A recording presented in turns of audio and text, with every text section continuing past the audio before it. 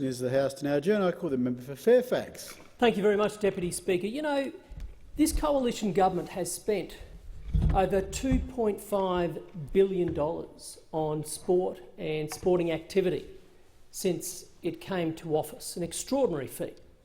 About $950 million on sporting infrastructure for local and national organisations, $113 million on the integrity of sport, $710 million in direct funding for our current and future elite athletes, $270 million for programs supporting Indigenous communities and their athletes. $10 million I know that we put towards the 2032 Olympic bid.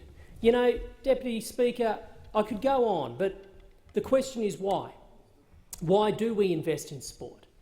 And the answer is because sport represents far more than just running around and kicking a footy or throwing a javelin. Sport is also about social inclusion. Sport is an opportunity for communities to bind together.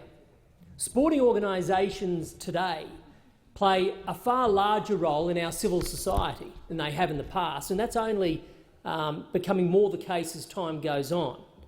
Now, we all love our sport, and Australia is renowned for it. I think everybody in this chamber would remember that first time they threw on goggles and jumped in the pool, or they first threw a football or a netball, whatever it is. We love our sport. We also recognise that sport keeps us healthy, not just physically but emotionally. It's been proven time and time again that if we are active as a people, our mental health is so much better. I don't know about you, Deputy Speaker, but I feel better if I do a bit of exercise in the morning. I just have a better attitude for the day. Sport is vitally important. Now, what we see is a vision of this government to see Australia as the most active and healthy place in the world. And that is very much encapsulated in our 2030 strategy for sport, or as we call it, Sport 2030. As part of that strategy, we have a KPI, which is to reduce the inactivity of Australians by 15% by the year 2030. And we need to make sure, therefore, that this enormous funding we're putting towards sport hits the ground at the local level. And I was delighted only a few weeks ago to attend the launch of RideScore Active Schools on the Sunshine Coast. Now, full credit to We Ride Australia, who have championed this program. The federal government is tipping in about $225,000. We're working in collaboration with the Sunshine Coast Regional Council, with the state government, with Stockland at their new development, and a range of other partners, but in particular We Ride Australia.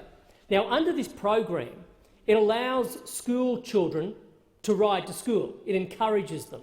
You know, up to about 70% of kids get dropped off by car at school every day, up to 70%. You can imagine not just their health while they're young, but the behaviours as their lives go on, if they have the opportunity to get into the habit of getting on a scooter, getting on a bike, whether it just be walking to school. Now, this particular RideScore Active Schools program will be rolled out at 9 different schools on the Sunshine Coast, helping probably around about 800 kids next year. And the idea is that it overlays technology onto bicycles. So children, when they leave home and they then clock in their bike at school, it sends an automatic message to their parents, to mum and dad. It means too that there is safe routes mapped out for them so that they can go to school in a very safe way.